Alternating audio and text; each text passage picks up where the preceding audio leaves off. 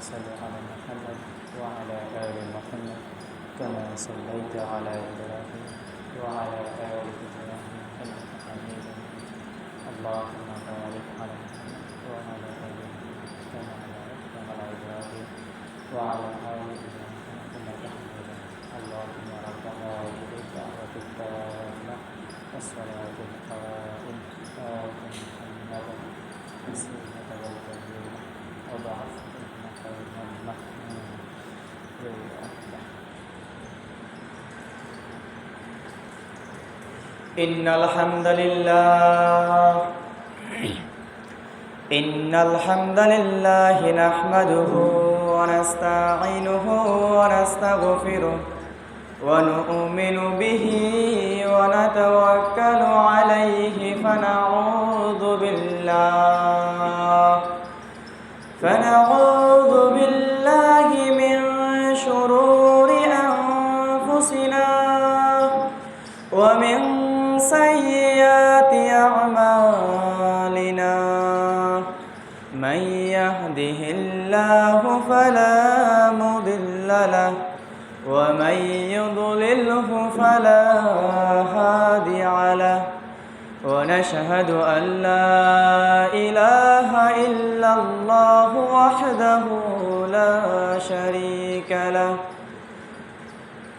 الذي أرسله بالحق بشيرا ونذيرا وداعيا إلى الله بإذنه وسراجا منيرا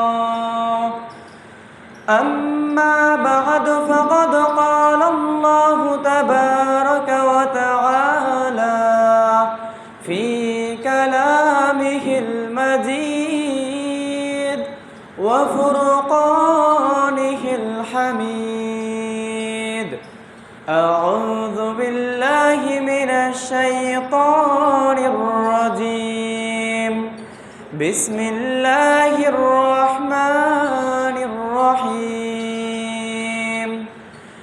يا أيها الذين آمنوا اتقوا الله حق تقاته ولا تموتن إلا وأنتم مسلمون عن أبي هريرة رضي الله عنه قيل يا رسول الله من أكرم الناس فقال أتقاكم আলহামদুলিল্লাহ সমস্ত প্রশংসা সমস্ত গুণগান সেই মহিয়ান গুণিয়ান আল্লাহ সুবহানাহু ওয়া তাআলার জন্যে যিনি আজকের এই পবিত্র দিনে পবিত্র জুমআর খুতবা শোনার এবং সালাত আদায়ের লক্ষ্যে শত ব্যস্ততাকে উপেক্ষা করে আল্লাহর ঘর মসজিদে উপস্থিত হওয়ার তৌফিক দান করেছেন। আমরা সকলেই অন্তরের অন্তঃস্থল থেকে বলি আলহামদুলিল্লাহ। কোটি কোটি দুরূদ ও সালাম বর্ষিত হোক আমাদের প্রিয় নবী আখির নবী হযরত মুহাম্মদ সাল্লাল্লাহু আলাইহি সাল্লামের উপর, তার পরিবার পরিজন এবং সমস্ত সাহাবা একরামের উপর। সম্মানিত মুসল্লিয়ান, আজকে খুতবার সংক্ষিপ্ত সময়ের মধ্যে যে বিষয়টি নিয়ে আলোচনা করব সেটা হচ্ছে তাকওয়া, অর্থাৎ আল্লাহ ভীতি। কেননা প্রত্যেকটা ইবাদতের মূলে রয়েছে তাকওয়া। এই যে গত সোমবার দিন আমরা একটি মহান ইবাদত আমরা পালন করেছি, হাদিসের ভাষায় বলা হয় ইয়াউমুল আযহা বা ইয়াউমুন নাহার, যেটাকে আমরা বলে থাকি কুরবানির ঈদ। আল্লাহ সুবহানাহু ওয়া তাআলা বলেন লা ইয়ানালুল্লাহা লুহুমুহা ওয়ালা দিমাউহা ওয়ালাকিন ইয়ানালুহুত তাকওয়া মিনকুম। এই যে তোমাদের জবাইকৃত পশুর রক্ত মাংস কোনো কিছুই আমার কাছে পৌঁছে না, তাহলে কি পৌঁছে? তোমাদের তাকওয়া, আল্লাহ ভীতি। আমরা যদি আরেকটু পিছনে যাই, এই যে রমজান মাসে রোজা রেখেছি আমরা, আল্লাহ সুবহানাহু ওয়া তাআলা বলেছেন ইয়া আইয়ুহাল্লাযীনা আমানু কুতিবা আলাইকুমুস সিয়ামু কামা কুতিবা আলাল্লাযীনা মিন ক্বাবলিকুম লাআল্লাকুম তাত্তাকুন। এখানেও আল্লাহ তাআলা বলেছেন আমি তোমাদেরকে রোজা ফরজ করে দিয়েছি কেন? যাতে তোমরা মুত্তাকি হতে পারো, আল্লাহ ভীতি তোমরা অর্জন করতে পারো। তাহলে আমরা বুঝতে পারলাম যে প্রত্যেকটা ইবাদতের মূলে রয়েছে কি? তাকওয়া, আল্লাহ ভীতি। তো তাকওয়াটা কি? তাকওয়া আরবি শব্দ। তাকওয়া কি? আরবি শব্দ। এর অর্থ হলো বিরত থাকা, দূরে থাকা, আত্মরক্ষা করা, ভয় করা। কাকে ভয় করা? আল্লাহ তাআলার ভয়ে এবং তার সন্তুষ্টি অর্জনের লক্ষ্যে অপরাধ, অন্যায় এবং আল্লাহ সুবহানাহু ওয়া তাআলা যে সকল কাজ অপছন্দ করেন, যে সকল কথা অপছন্দ করেন, এসব কিছু থেকে বিরত থাকার নাম হচ্ছে তাকওয়া, আল্লাহ ভীতি। দিনে রোজা রাখা এবং রাত জেগে ইবাদত করার নাম তাকওয়া নয়। তাকওয়া হচ্ছে আল্লাহ সুবহানাহু ওয়া তাআলা যা ফরজ করেছেন তা পালন করা এবং আল্লাহ সুবহানাহু ওয়া তাআলা যা হারাম করেছেন তা থেকে বিরত থাকার নাম হচ্ছে তাকওয়া। ওমর ফারুক রাদিয়াল্লাহু আনহু উবাই ইবনে কাব রাদিয়াল্লাহু আনহুকে প্রশ্ন করলেন, মা হুয়া তাকওয়া? তাকওয়া কি? তখন উবাই ইবনে কাব রাদিয়াল্লাহু আনহু বলেন, হে ওমর রাদিয়াল্লাহু আনহু, আপনি কি কখনো এমন রাস্তা দিয়ে পথ চলেছেন যে রাস্তার ডানেও কাটা বামেও কাটা? এমন রাস্তা দিয়ে কি আপনি কখনো পথ অতিক্রম করেছেন? তখন ওমর ফারুক রাদিয়াল্লাহু আনহু বলেন, নাম, হ্যাঁ, আমি এমন রাস্তা দিয়ে পথ অতিক্রম করেছি। তখন উবাই ইবনে কাব রাদিয়াল্লাহু আনহু বলেন, এমন রাস্তা দিয়ে পথ চলার সময় আপনি কিভাবে পথ চলেছিলেন? তখন ওমর ফারুক রাদিয়াল্লাহু আনহু বলেন, এমন রাস্তা দিয়ে পথ চলার সময় আমি খুব সংকীর্ণ হয়ে আমার জামা বা পাঞ্জাবি বা জুব্বা আমি গুটিয়ে তারপর আমি এই রাস্তা দিয়ে অতিক্রম করতাম, যাতে এই কাঁটাগুলো আমার জামার মধ্যে না লাগে, এই কাঁটাগুলো আমার শরীরের মধ্যে না লাগতে পারে। উবাই ইবনে কাব রাদিয়াল্লাহু আনহু বলেন, হাযিহি তাকওয়া, এটাই তো তাকওয়া। দুনিয়াতে আপনি আল্লাহ রাব্বুল আলামিনের দেখানো পথে আপনি চলতে থাকবেন, শয়তান আপনাকে ডান দিক থেকে আহ্বান করবে, বাম দিক থেকে আহ্বান করবে, এসে তুমি পাপ কাজ করো, তুমি হারামের সাথে সম্পৃক্ত হও। কিন্তু ডানে তাকানো যাবে না, বামে তাকানো যাবে না, সিরাতাল মুস্তাকিম, সরল সঠিক পথের দিকে আপনাকে চলতে হবে, যে পথ গিয়ে শেষ হয়েছে জান্নাতে, যে পথ জান্নাতে গিয়ে শেষ হয়েছে আপনাকে ওই পথ দিয়ে অতিক্রম করতে হবে। অর্থাৎ আমরা বুঝতে পারলাম যে আমাদেরকে তাকওয়া অর্জন করতে হবে। এই তাকওয়া যদি আপনি অর্জন করেন, দুনিয়াতে যত বিপদ আপদে আসুক না কেন, আল্লাহ সুবহানাহু ওয়া তাআলা আপনাকে কোনো না কোনো পথ তিনি দেখাবেন, আপনার রিজিকের ব্যবস্থা করবেন।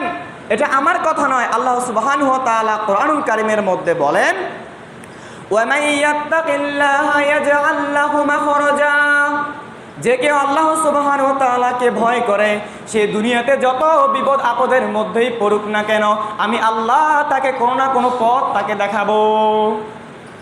যখন দুনিয়াতে আমাদের উপরে কোনো বিপদ বালা মুসিবত এসে পৌঁছায়, তখন আমরা হতাশ হয়ে যাই, হয়তো এই বিপদ থেকে বাঁচার আর কোনো পথ নেই।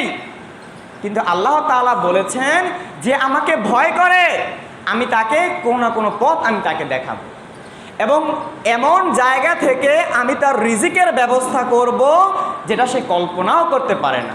তাহলে রিজিক নিয়ে আমাদের আর কি চিন্তা? রিজিক নিয়ে তো আমাদের চিন্তা করার দরকার নেই। আল্লাহ সুবহানাহু ওয়া তাআলা আমাদেরকে সৃষ্টি করেছেন, এই দুনিয়ার জমিনে আমাদেরকে পাঠিয়েছেন তার ইবাদত করার জন্যে, আমাদেরকে খাওয়ানো এটা আল্লাহ তাআলার দায়িত্ব, আমাদেরকে রিজিক দেওয়া কার দায়িত্ব? আল্লাহ তাআলার দায়িত্ব। এটা নিয়ে তো আপনার চিন্তা করার কোনো দরকার নাই। দরকার আছে? আপনাকে কি করতে হবে? আল্লাহ ভীতি আপনাকে অর্জন করতে হবে।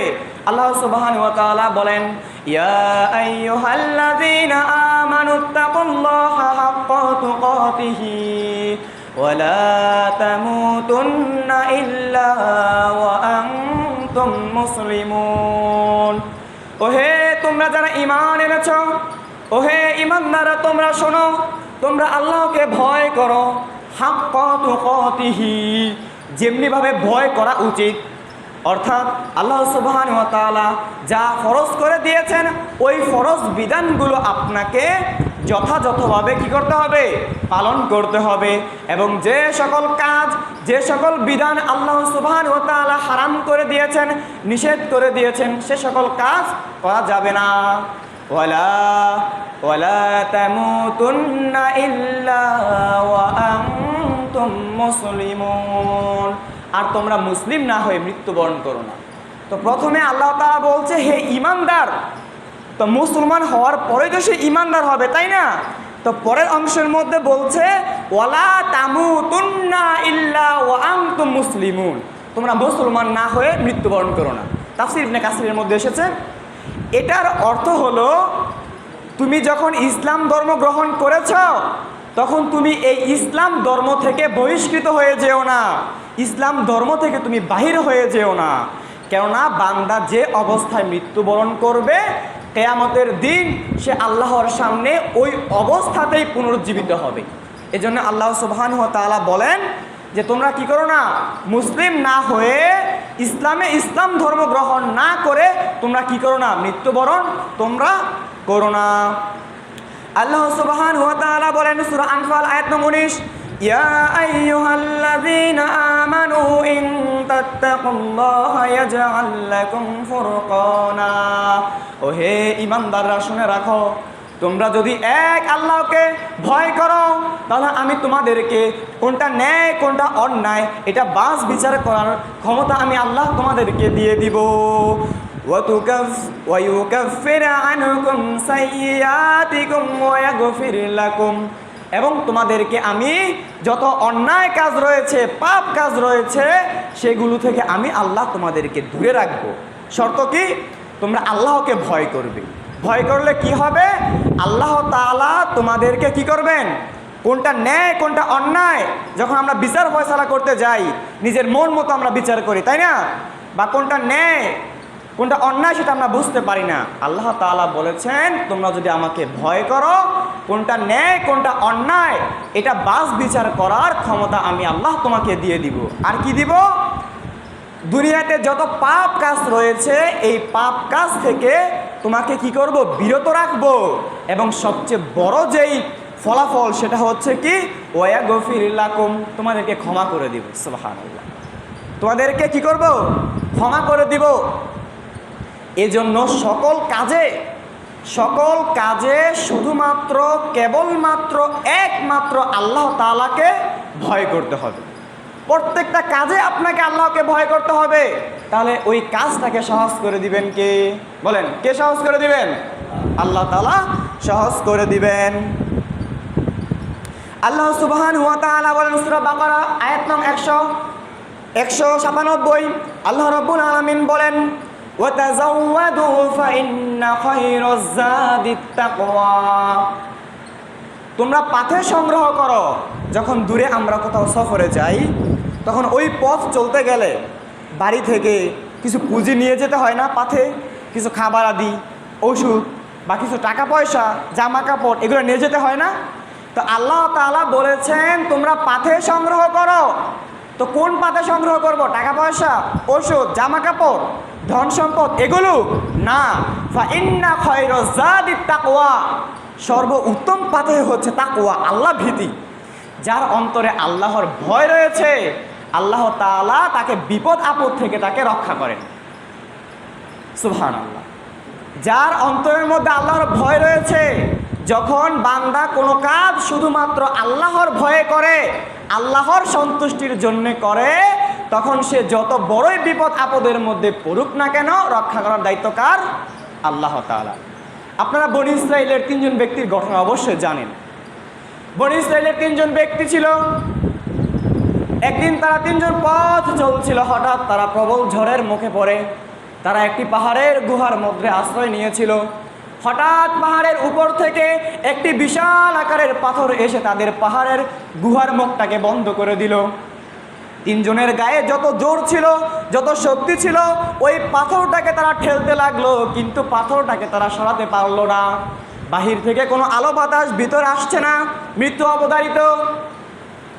এমন সময় 3 জনের মধ্যে একজন বলে, ওহে তোমাদের কাদের কি আমল রয়েছে যেই আমলটা শুধুমাত্র কেবলমাত্র একমাত্র আল্লাহকে ভয় করে করেছিলে, আল্লাহর সন্তুষ্টির জন্য করেছিলে, এমন কোনো আমল যদি তোমাদের থাকে, তাহলে আজকে ওই আমলের বিনিময়ে আজকের এই বিপদ থেকে তোমরা আল্লাহর কাছে তার বিনিময়ে চাও। তাদের মধ্যে একজন ছিল রাখাল, তাদের মধ্যে একজন ছিল রাখাল। সে সারাদিন সে ছাগল চড়াতো, বাড়ি ফিরে দুধ দহন করে সে তার বৃদ্ধ পিতামাতাকে আগে খেতে দিত, তারপর তার সন্তানকে, তারপর তার স্ত্রীকে। তো একদিন হঠাৎ তার ফিরতে দেরি হয়ে গেল, তো বাবা মা না খেয়ে ঘুমিয়ে পড়লো, বৃদ্ধ বাবা মা। তো সে বাড়িতে ফিরে দুধ দহন করলো, সন্তানরা কান্নাকাটি করছে দুধ খাওয়ার জন্যে, কিন্তু সে সন্তানদেরকে দিল না। সে সর্বপ্রথম তার বৃদ্ধ বাবা মাকে সে পান করাতো। সে ওই দুধের পেয়ালা নিয়ে বাবা মার বিছানার পাশে দাঁড়িয়ে রইল। ফজর হয়ে যায়, বাবা মার ঘুম ভেঙে যায়। ফজর হয়ে যায়, বাবা মার ঘুম ভেঙে যায়। ঘুম থেকে জেগে দেখে সন্তান দুধের পেয়ালা হাতে নিয়ে দাঁড়িয়ে আছে। কি ব্যাপার, তুমি দুধের পেয়ালা নিয়ে দাঁড়িয়ে আছো? ওই সন্তান বলল, আজকে আমার ফিরতে দেরি হয়ে গেল, আপনারা না খেয়ে ঘুমিয়ে পড়েছেন, তাই আপনাদের বিছানার পাশে দাঁড়িয়ে রইলাম, কখন আপনাদের ঘুম ভাঙবে আপনাদেরকে এই দুধ পান করাবো। ওই যুবক দুহাত তুলে আল্লাহর কাছে ফরিয়াদ করলো, ওহে আল্লাহ রব্বুল আলামিন, দুনিয়ার কোনো মানুষকে দেখানোর জন্য নয়, দুনিয়ার কোনো মানুষের প্রশংসা পাওয়ার জন্য নয়, শুধুমাত্র কেবলমাত্র একমাত্র তোমার সন্তুষ্টির জন্য আমি এই আমল করেছি। আমার এই আমল যদি তোমার কাছে পছন্দ হয়ে থাকে, তাহলে আজকের এই বিপদ থেকে উদ্ধার করো। বলতে দেরি পাথরের 3 ভাগের 1 ভাগ সরে গেল। বাহির থেকে আলো বাতাস আসছে, বাঁচার একটা আশ্বাস পেল। দ্বিতীয় জনের মধ্যে একজন, বাকি আছে কজন? 2 জন। 2 জনের মধ্যে একজন বলল, ওহে আল্লাহ রব্বুল আলামিন, আমার এক শ্রমিক, সে তার পারিশ্রমিক না নিয়ে কোথায় যেন চলে গেল। আমি ওই পারিশ্রমিকের টাকা দিয়ে ছাগল কিনেছিলাম, সেগুলো বাচ্চা দিল, তারপর ওইগুলো বাচ্চা দিল। এভাবে বিশাল এক ছাগলের খামার হয়ে গেল। দীর্ঘদিন পর ওই শ্রমিক যখন ফিরে এলো, তখন বলল, আমার পারিশ্রমিক দাও। তখন আমি তাকে বললাম, তুমি এই পুরো ছাগলের খামারটাই তুমি নিয়ে যাও। ওহে আল্লাহ রব্বুল আলামিন, ওই শ্রমিককে যদি আমি তার পাওনাটুকু দিয়ে দিতাম তাহলেই তার জন্য যথেষ্ট ছিল, কিন্তু তোমার সন্তুষ্টির জন্যে আমি তাকে পুরো ছাগলের পালটাই তাকে দিয়ে দিলাম। যদি আমার এই আমলটি তোমার কাছে পছন্দ হয়ে থাকে, আজকের এই বিপদ থেকে বাঁচাও। বলা শেষ, পাথরের আরেক অংশ সরে গেল। হাত বেরোয় তো মাথা বেরোয় না, মাথা বেরোয় তো শরীর বের হয় না, বাকি রইল একজন। ওই একজন আল্লাহর কাছে ফরিয়াদ করলো, ওহে আল্লাহ রব্বুল আলামিন, আমি শয়তানের কুমন্ত্রণায় পড়ে আমার চাচাতো বোনের সাথে খারাপ কাজ করতে গিয়েছিলাম। ওই মুহূর্তে আমার চাচাতো বোন আমাকে বলল, ওহে আমার চাচাতো ভাই, ইত্তাকিল্লাহ, আল্লাহকে ভয় করো। আমার চাচাতো বোন আমাকে বলল, ইত্তাকিল্লাহ, আল্লাহকে ভয় করো। আমার বুকটা তোমার ভয়ে কেঁপে উঠেছিল। আমি ওই পাপ কাজ থেকে দৌড়ে পালিয়ে গিয়েছিলাম, আমি কোনো পাপ কাজ করি নাই। আমার ওই দিনের আমলটা যদি তোমার কাছে পছন্দ হয়ে থাকে, তাহলে আজকের এই বিপদ থেকে বাঁচাও। বলতে দেরি, পাথরের বাকি অংশ সরে যেতে দেরি হলো না। তারা আল্লাহু আকবার বলে বলে ওই পাহাড়ের গুহা থেকে তারা বের হয়ে আসলো। সুবহানাল্লাহ বলবেন না? তাহলে দেখেন, যারা আল্লাহর সন্তুষ্টির জন্যে আল্লাহকে ভয় করে যারা ইবাদত করে, তারা দুনিয়াতে যে বিপদ আপদেই পড়ুক না কেন, আল্লাহ তাআলা তাদেরকে উদ্ধার করবেন। যারা আল্লাহকে ভয় করে, আল্লাহ তাদের সাথে রয়েছেন। আল্লাহ সুবহানাহু ওয়া তাআলা বলেন, ওয়া আলামু, জেনে রাখো, আন্নাল্লাহা মাআল মুত্তাকিন, নিশ্চয়ই আমি আল্লাহ মুত্তাকিনদের সাথে রয়েছি।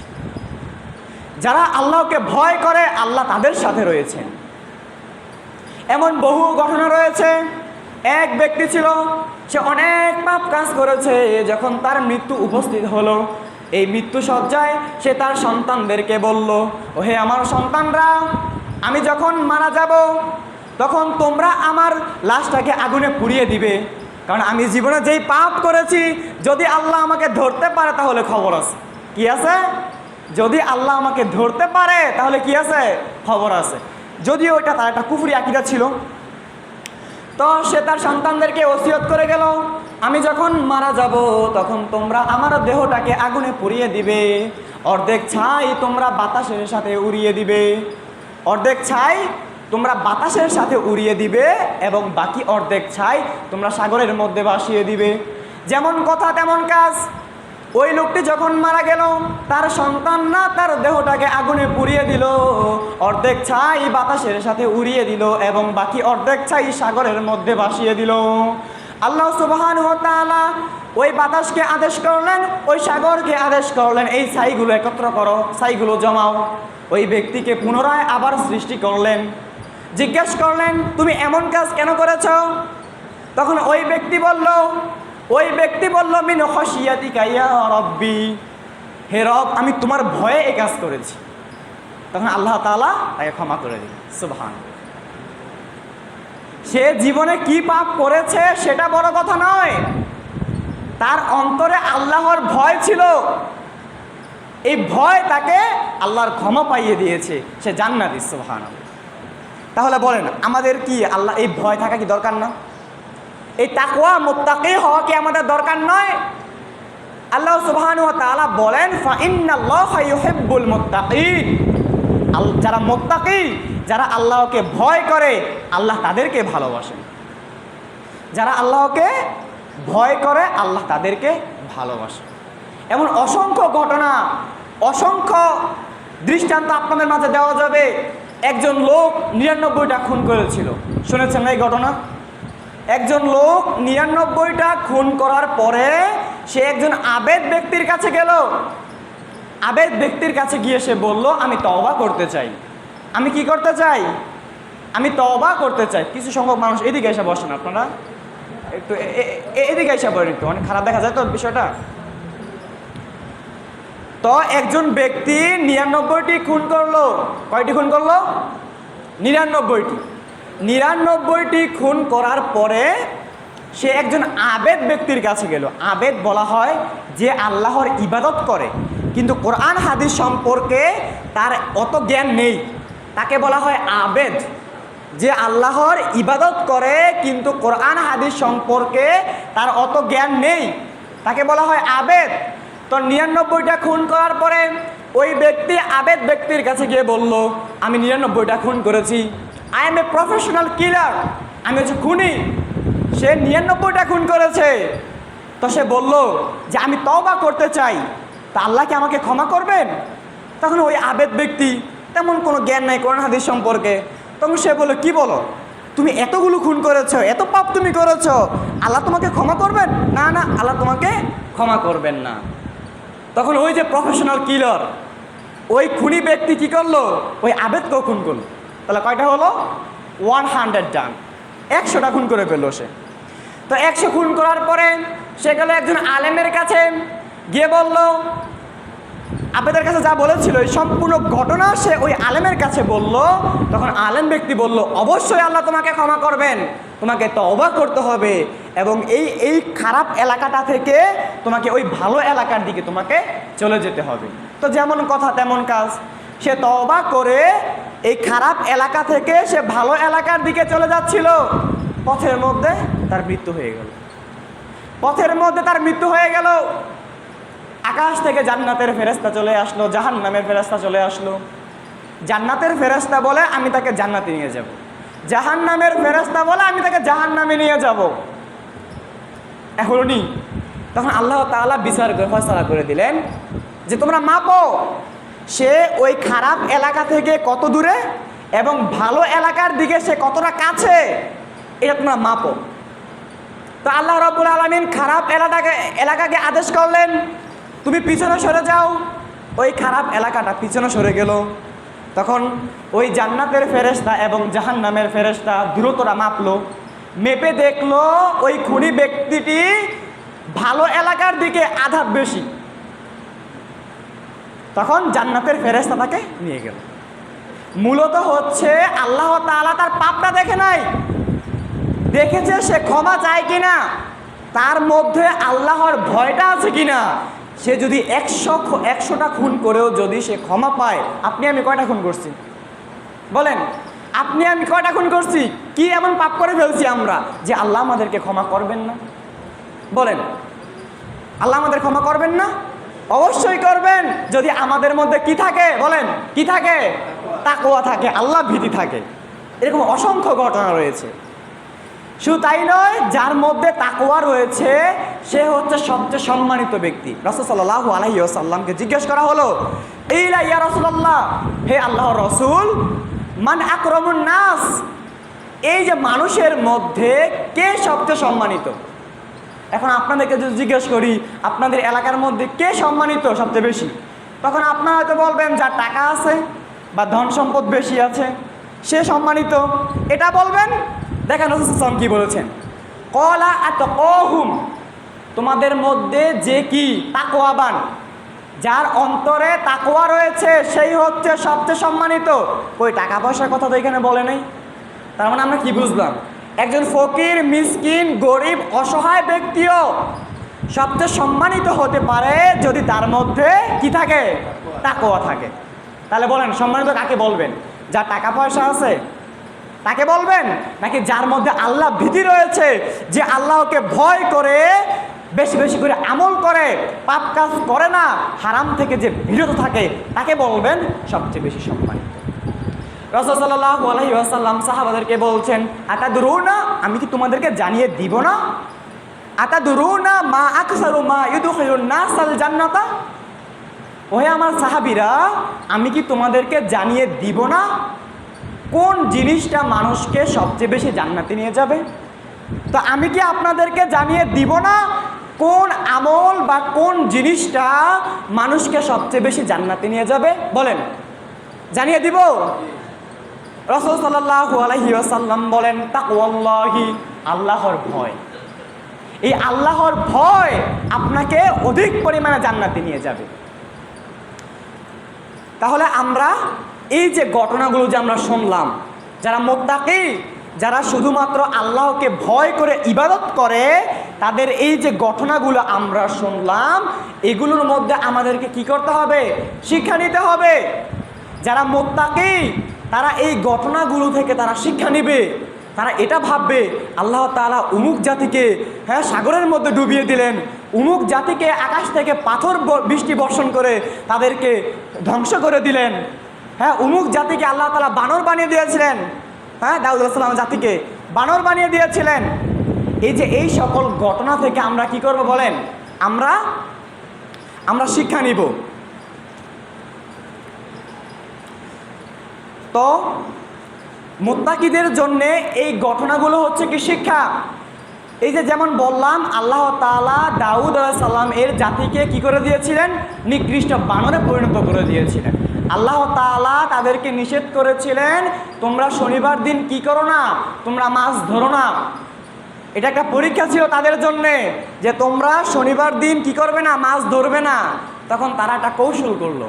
তারা কি করলো? শনিবার যখন মাছগুলো আপনার কিনারায় আসতো, তখন তারা জাল দিয়ে তারা ভেড় দিয়ে রাখতো।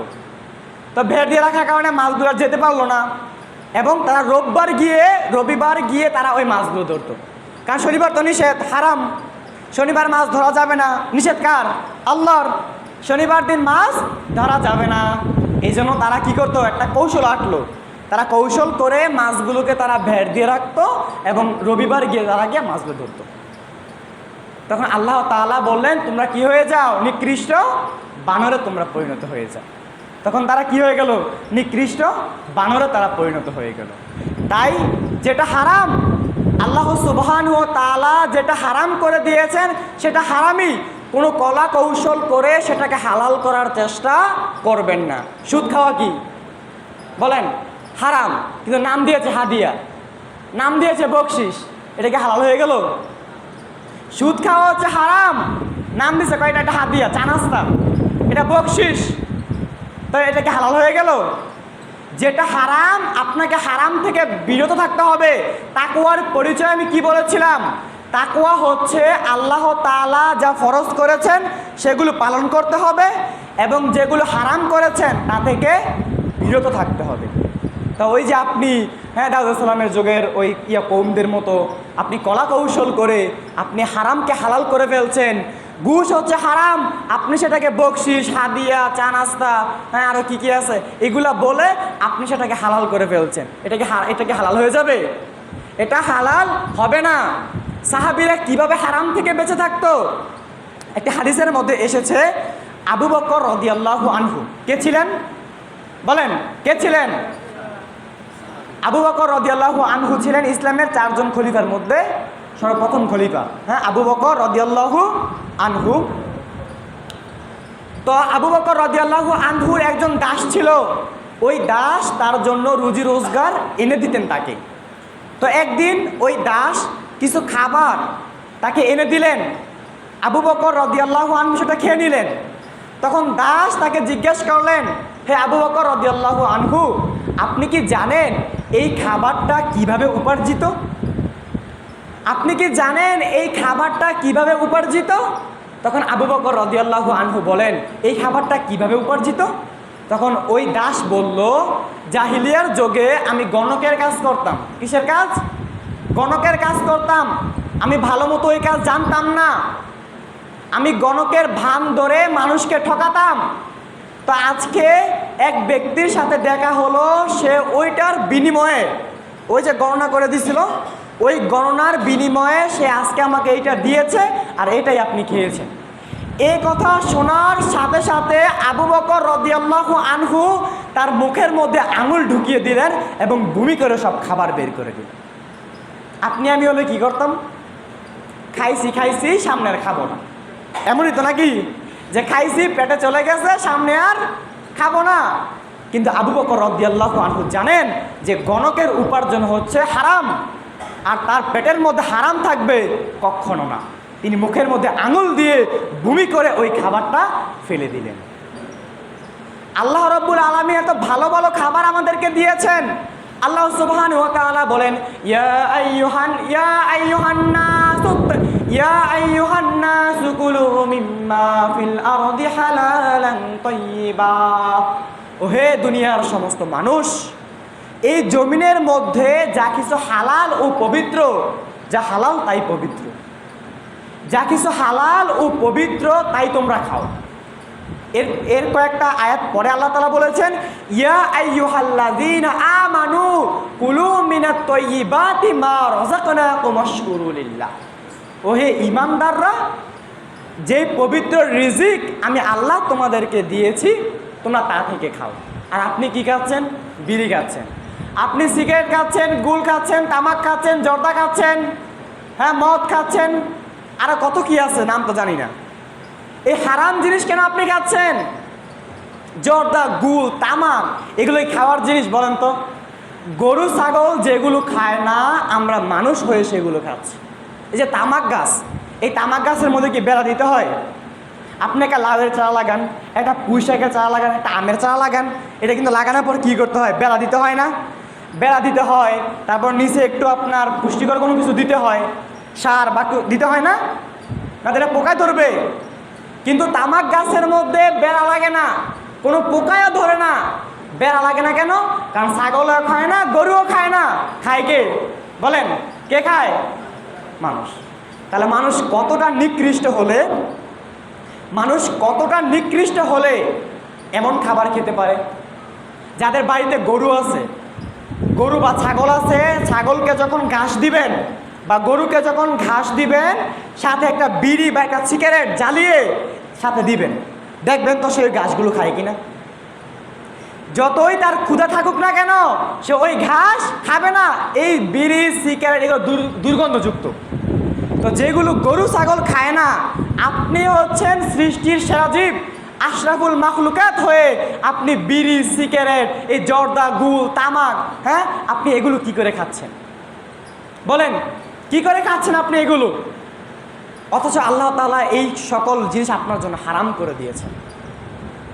হাদিসের মধ্যে পাওয়া যায়, রাসূল সাল্লাল্লাহু আলাইহি ওয়াসাল্লাম বলেন, দেখেন মানুষ কিভাবে হারাম থেকে বেঁচে থাকে। রাসূল সাল্লাল্লাহু আলাইহি ওয়াসাল্লাম বলেন, এক ব্যক্তি অপর এক ব্যক্তির কাছ থেকে জমি কিনল। যদি আপনারা ঘটনাগুলো শুনেছেন, তবু এগুলো পুনরাবৃত্তি করছি যেন আপনারা শিক্ষা নিতে পারেন, এই হারাম যেন আপনারা ছেড়ে দেন, এটাই হচ্ছে মূল উদ্দেশ্য। তো এক ব্যক্তি অপর এক ব্যক্তির কাছ থেকে কি কিনলো? জমি কিনলো। তো জমি কেনার পরে সে ওই জমিটা চাষাবাদ করতে গেল। তো ওই জমির মধ্যে আপনার স্বর্ণ ভর্তি একটা থলে অথবা একটা আপনার ধরেন একটা কলস সে পেল। তো পাওয়ার পর সে কী করলো? যার কাছ থেকে সে জমি কিনছিল তার কাছে নিয়ে গেল, নিয়ে বলল, আমি তোমার কাছ থেকে জমি ক্রয় করেছি, কিন্তু এই স্বর্ণমুদ্রা আমি ক্রয় করিনি। আপনি আমি হলে কি করতাম?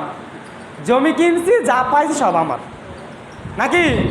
আবার নিয়ে যাবো আমরা, জীবনে নিয়ে যাবো আমরা, আল্লাহু আলাম, আল্লাহ ভালো জানেন। বুঝেন নাই? স্বর্ণমুদ্রা না হোক, যদি আমরা জমি থেকে চাষাবাদ করার সময় কোনো দামি একটা কোনো কিছু পাই, আমরা জীবনে এটা আবার নিয়ে যাব যার কাছে কিনছিলাম? হ্যাঁ, আমরা কিন্তু এটা নিয়ে যাব না। তো তাদের ঈমান দেখেন কেমন ছিল, হারামকে তারা কতটা ভয় করত। ওই ব্যক্তি যার কাছ থেকে জমি কিনেছিল তার কাছে গেল যে, আমি তোমার কাছ থেকে জমি কিনেছি, এই স্বর্ণমুদ্রা আমি এগুলো তোমার কাছ থেকে কিনি নাই। তখন যিনি জমি বিক্রি করছিল উনি বলল যে, আমি জমি বিক্রি করেছি এবং তার ভিতরে যা রয়েছে আমি সব বিক্রি করেছি। হ্যাঁ, এখন কেউ তো মানে না, কেউ নিচ্ছে না। তখন তাদের মধ্যে একজন বিচারক নির্ধারণ করা হলো। ওই বিচারক বলল, তোমার কি মেয়ে আছে? হ্যাঁ আছে। তোমার কি ছেলে আছে? আছে। তাদের বিবাহ দিয়ে দাও এবং তাদের বিয়ের মধ্যে এটা কিছু খরচ করো আর বাকিটা উপহার হিসেবে দিয়ে দাও। সুবহানাল্লাহ। দেখেন হারাম থেকে তারা কিভাবে বেঁচে থাকতো, হারাম থেকে তারা কিভাবে হারাম থেকে বেঁচে থাকতো। এই হারাম থেকে বেঁচে থাকার নাম হচ্ছে তাকওয়া। আল্লাহর ফরজ বিধান পালন করার নাম হচ্ছে তাকওয়া। যখন আপনি এই তাকওয়া অর্জন করতে পারবেন, আল্লাহ সুবহানাহু ওয়া তাআলা বলেন, ওয়ালিমান খাফা মাকামা রাব্বিহি জান্নাতান। যে আমার সামনে, আমি আল্লাহর সামনে দাঁড়ানোটাকে যে ভয় করে, তার জন্য রয়েছে কয়টা জান্নাত? বলেন কয়টা জান্নাত? 2টা জান্নাত রয়েছে তার জন্য। তাই সম্মানিত উপস্থিতি, আপনাদেরকে এটাই বলতে চাই, এই সম্পূর্ণ আলোচনা থেকে আপনাদেরকে যে বার্তা, যে মেসেজটা আপনাদেরকে দিতে চাচ্ছি, সেটা হচ্ছে আপনাকে হারাম থেকে আপনাকে ফিরে আসতে হবে। আমাদের মধ্যে অনেকেই আমরা হারামের সাথে লেনদেন আছি, হারাম লেনদেন আছি আমরা অনেকেই, তাই না? হারামের সাথে আমরা জড়িত আছি। তো আল্লাহ সুবহানাহু ওয়া তাআলা আমাদেরকে এই হারাম থেকে আমাদেরকে বিরত থাকার তৌফিক দান করুক। নচেত আমাদের কোনো ইবাদত, আপনি যত বড়ই নামাজি হন না কেন, যত বড়ই আপনি সায়েম হন না কেন, যত বড়ই আপনি একজন হাজি হন না কেন, আপনার ওই ইবাদত আল্লাহর কাছে কবুল হবে না যদি আপনি হারামের সাথে সম্পৃক্ত থাকেন। দলিল কি? রাসূল সাল্লাল্লাহু আলাইহি ওয়াসাল্লাম বলেন, এক ব্যক্তি দীর্ঘ পথ সে সফর করলো, তার গায়ের জামা ধুলায় দূষিত হয়ে গেল, তার চুলগুলো এলোমেলো হয়ে গেল, উস্কো খুস্কো হয়ে গেল। সে দুহাত তুলে আল্লাহর কাছে ফরিয়াদ করছে, ইয়া রব ইয়া রব। সে আল্লাহকে ডাকছে। রাসূল সাল্লাল্লাহু আলাইহি ওয়াসাল্লাম বলেন, কি করে তার দোয়া কবুল হতে পারে? ওয়া মাতআমুহু হারামুন, সে যেই খাবারটা খায় সেটা হারাম। ওয়া মাশরাবুহু হারামুন, সে যেই পানি বস্তুটা পান করে সেটা হারাম। হ্যাঁ, সে যে পোশাকটা পরে আছে সেটা হারাম। অর্থাৎ তার পুরো শরীরটাই হারাম দিয়ে গঠিত হয়েছে। তাহলে কি করে আল্লাহ রাব্বুল আলামিন তার দোয়া কবুল করতে পারে? হ্যাঁ, তো নামাজটা হচ্ছে একটা দোয়া। নামাজ হচ্ছে কি? একটা দোয়া। তো কি করে আল্লাহ রাব্বুল আলামিন আপনার এই ইবাদতগুলো কবুল করবে? কোনো আলামই বলতে পারবে না যে একজন মানুষ হারাম খায় তার ইবাদত কবুল হবে। আপনারা শুনেছেন কিনা আমি জানি না, তবে আমার ওস্তাদদের কাছ থেকে আমি এটা শুনিনি যে হারামের সাথে যে সম্পৃক্ত রয়েছে, যে হারাম খায় তার ইবাদত কবুল হবে কি হবে না। তাই আল্লাহ সুবহানাহু ওয়া তাআলা এই সংক্ষিপ্ত আলোচনা থেকে আমরা যেই মেসেজটা পাচ্ছি সেটা হচ্ছে আমাদেরকে আল্লাহ ভীতি অর্জন করতে হবে। আর আল্লাহ ভীতি আমাদেরকে অর্জন করতে হলে আমাদেরকে ফরজ পালন করতে হবে এবং হারাম থেকে আমাদেরকে বিরত থাকতে হবে। আল্লাহ রাব্বুল আলামিন আমাদেরকে সেই তৌফিক দান করুক। ওয়া মা তাওফিকি ইল্লা বিল্লাহ।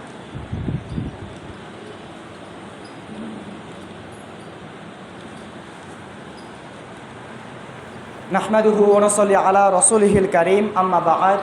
فأعوذ بالله من الشيطان الرجيم. بسم الله الرحمن الرحيم.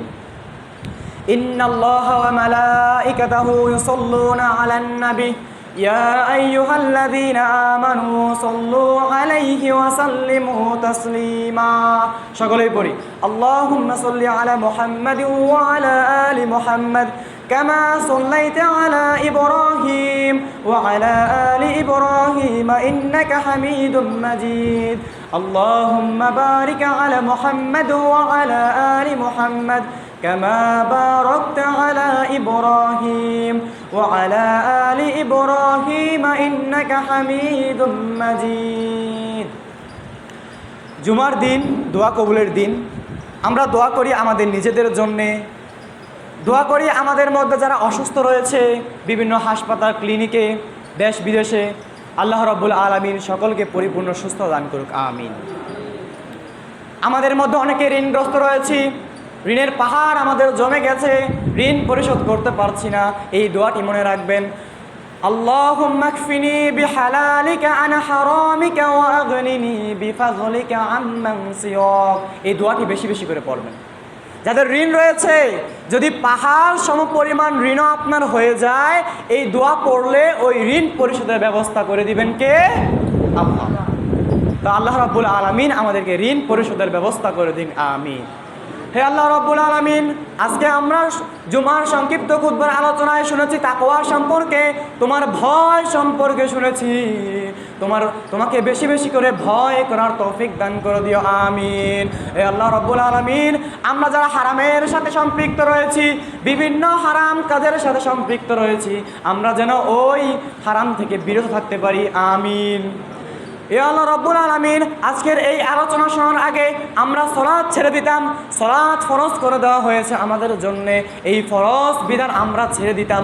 আজকের এই আলোচনা শোনার আগে আমাদের অন্তরের মধ্যে ভয় জাগেনি, আজকে তাকওয়ার আলোচনা শুনে আমাদের অন্তরের মধ্যে ভয় সৃষ্টি হয়েছে। আমরা যেন বেশি বেশি করে তোমার এই ফরজ ইবাদতগুলো পালন করতে পারি, তুমি সেই তৌফিক দান করে দিও, আমিন। এবং হারাম থেকে আমাদেরকে বিরত থাকার তৌফিক দান করে দিও, আমিন। রব্বানা আতিনা ফিদ দুনিয়া হাসানাতাও ওয়া ফিল আখিরাতি হাসানাতাও ওয়া কিনা আযাবান নার।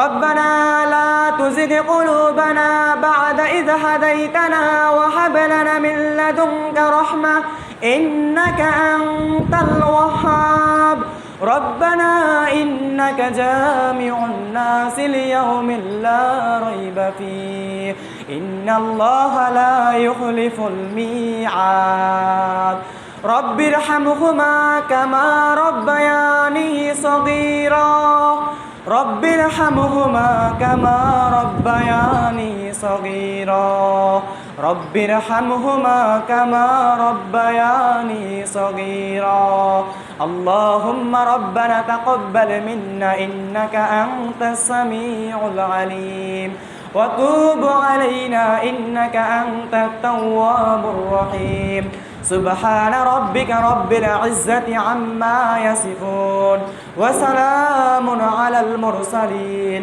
والحمد لله رب العالمين. সকলে নামাজের জন্য দাঁড়িয়ে যান।